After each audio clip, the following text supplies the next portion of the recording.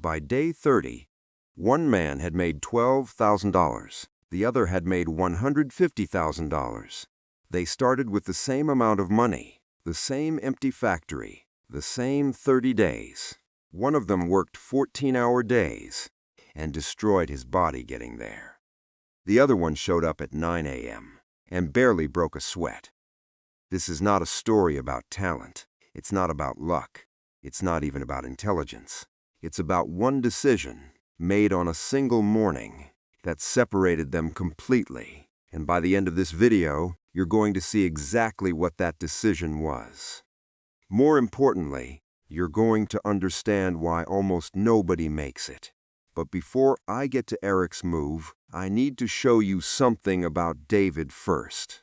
Because David didn't fail. David did everything right. He worked harder than almost anyone you'll ever meet. And that's exactly the problem. Stay with me, because this is where it gets uncomfortable. A wealthy Chicago industrialist wanted to prove a point about wealth. So he set up an experiment. He found two broke men, David, a blue-collar worker who knew how to grind, and Eric, a former business owner who had recently lost everything. He gave them each access to an identical abandoned factory, massive spaces filled with copper wire, steel beams, and heavy machinery. All of it valuable as scrap. The rule was simple: 30 days to strip the factory. Keep every dollar you make. David was ready. He showed up at 5 a.m. on day 1. He swung a sledgehammer for 14 hours straight, ripped out copper, hauled steel. By sunset, his hands were bleeding and his back was screaming. But he had $400 worth of scrap loaded in a truck. He drove to the scrapyard, cashed out, paid his late bills, ate a hot meal, went to sleep proud. Hard work pays off, he told himself, and he was right. It did pay off. $400 a day is real money. But here's the thing about $400 a day. It has a ceiling. Because while David was sleeping, Eric was doing something that most people would consider a mistake. He wasn't resting. He wasn't preparing for day 2. He was sitting in a diner, spending the only money he had. Eric wasn't built for physical labor.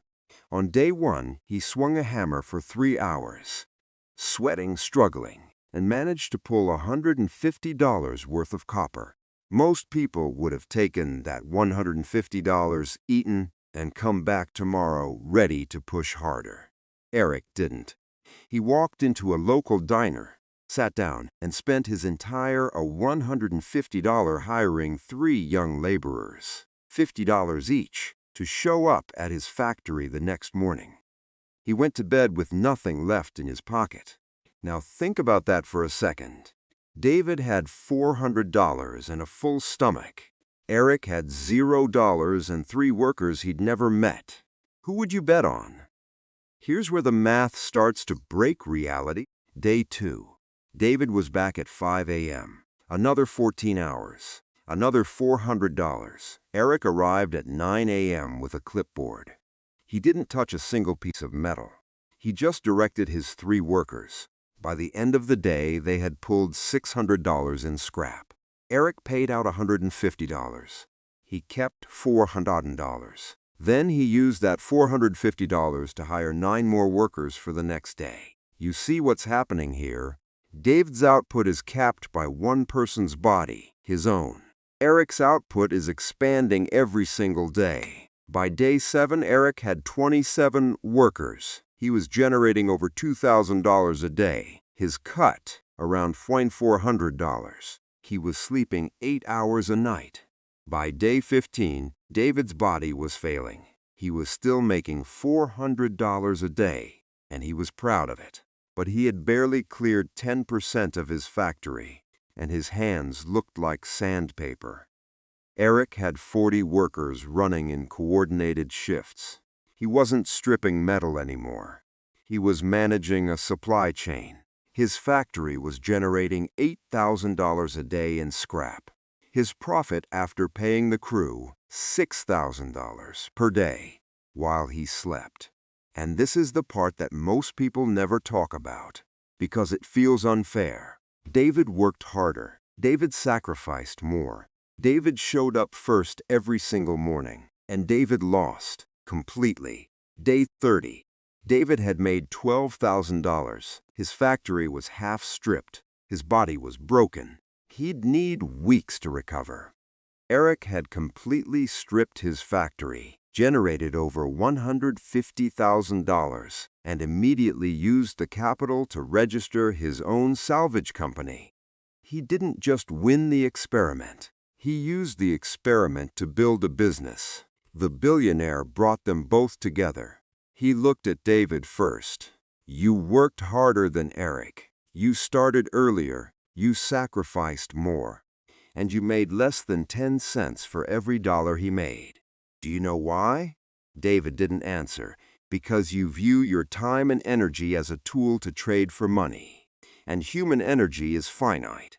The moment you stop sweating, you stop earning. Your income has a biological ceiling.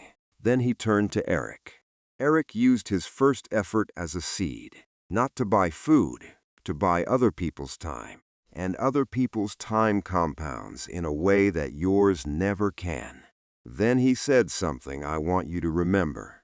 The real reason hard workers never get rich is not because they don't work hard enough. It's because they worship the hustle instead of building the system. The poor sell their sweat. The elite buy leverage.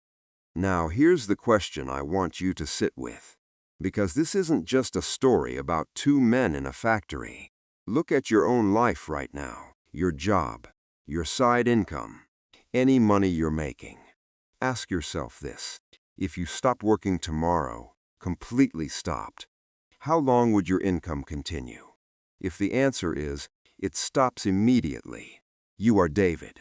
Not because you're lazy, not because you're doing anything wrong, but because the system you're inside was designed to pay you for hours, not for outcomes. Now, I'm not telling you to quit your job tomorrow. Eric didn't have a master plan on day one. He just asked one question differently. David asked, "How hard can I work?" Eric asked, "What can I do with this result to make tomorrow bigger without me doing all the work?" That's it. That's the entire gap.